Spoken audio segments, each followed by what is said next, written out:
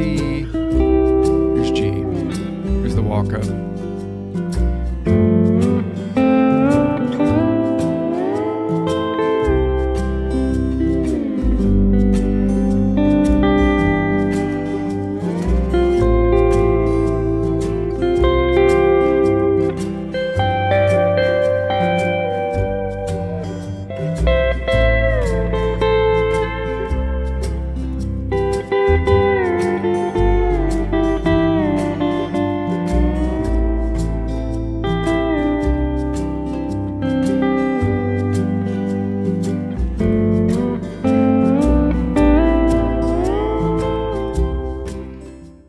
Everybody, welcome to Lessons with Troy.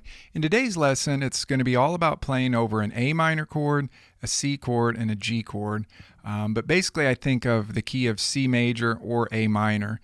Both are relative to each other, right? A minor is the relative minor of C major is the relative major of A minor.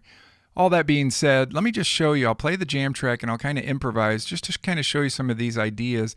And then we'll jump into these diagrams that I made. I made 3 different diagrams that'll be available for members on my streaming site. So let's dial up this jam track here and I'll show you what this sounds like.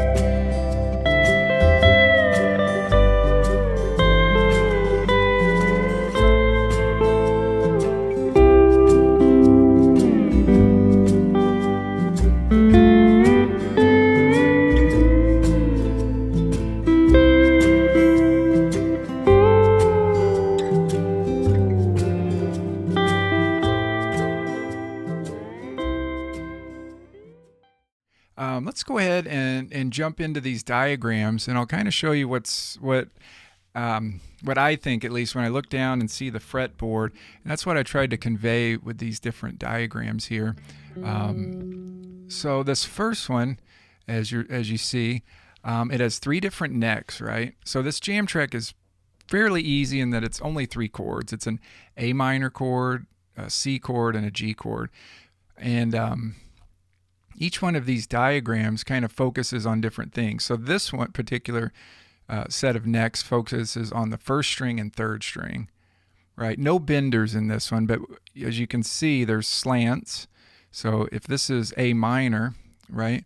7th fret, normally if you do a straight bar, is an A major, but you can see how with this slant here, you're getting the flat 3rd and the root. That's what this means right there. And you may say, well, is that the top note or the bottom note? What I've done is I always do the lowest note first and then the highest. So this note here is the note C, and that's your flat 3rd of an A minor. This note here is the note A, and that's your root note of an A minor. So then we go to here, and then you get these notes. This is be the 5th of your chord. This is the flat 3rd of the chord. And then here we have what's called an A minor 7th, because right there is a G note, which is our flat 7 and then 5th. So let me play some of this. So right here is what I'm playing right now. This would be your standard A minor. So if you got, A major here, the 3rd string is the 3rd, right, in root position. So we have a reverse or a forward slant, forward slant there for our A minor. Then we move that up to 10th fret. Now keep in mind, this is another, I'll tell you little tricks, right, as we're going. Pretty much whatever you can play or you play over a C chord, that can be played over the A minor chord, right? Because when you think of an A, let's say an A minor 7th chord, it's the notes A, C, E, G.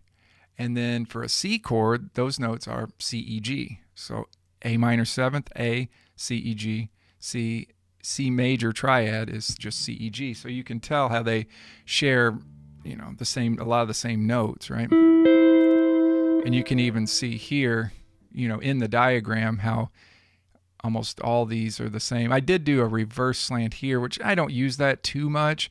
Honestly, with the Duesenberg, I would do a straight bar and then use my bender to get this note here, this, as opposed to, but if you don't have benders, you can do a reverse slant, and that kind of gets us away from intervals of a 6th, major and minor 6th, and you get a 5th interval there. So that does sound a little different. Has that sound versus, you know, that kind of a sound, right? And then down here, what we've got is, because we're in the key of C, let's say, G is going to be our 5 chord, so you can play different G7th chords. G9 is a type of a G7 chord, right? So, and I put these interval, you know, what you're playing as far as the parts of the chord down here. So on 5th fret, there's our regular G chord, and when we slide it up, that's a 2. I always think of this as 2 whole steps, right? So here's G. And then there we get our G there. If we keep that same forward slant and we go up another minor 3rd, so 3 frets, 1, 2, 3, not counting the fret you're on, right? You get a G7.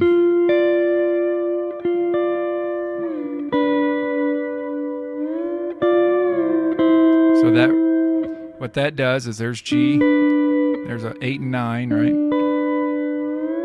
There's 11 and 12 for a G7. You can hear how it wants to resolve right to C. Now, here we have our G, and then we're going to move it back 2 frets, and this gives us an A note, which is the 9th of our chord, and an F note, which is the flat 7. And then what we have here is when you move up, right, between 12 and 24, everything's the same, it's just an octave higher. So all of these, you know, on every neck is just an octave higher.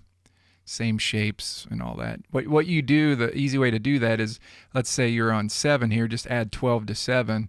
That's 19, right? And that's where you're going to start your slant there, at least on the highest string. Okay, so if we look at some of these other diagrams. Okay, so in this one, we're talking about the 1st string and 2nd string and using the 2nd string bender throughout. So this is getting like different chords with that 2nd string bender pushed down.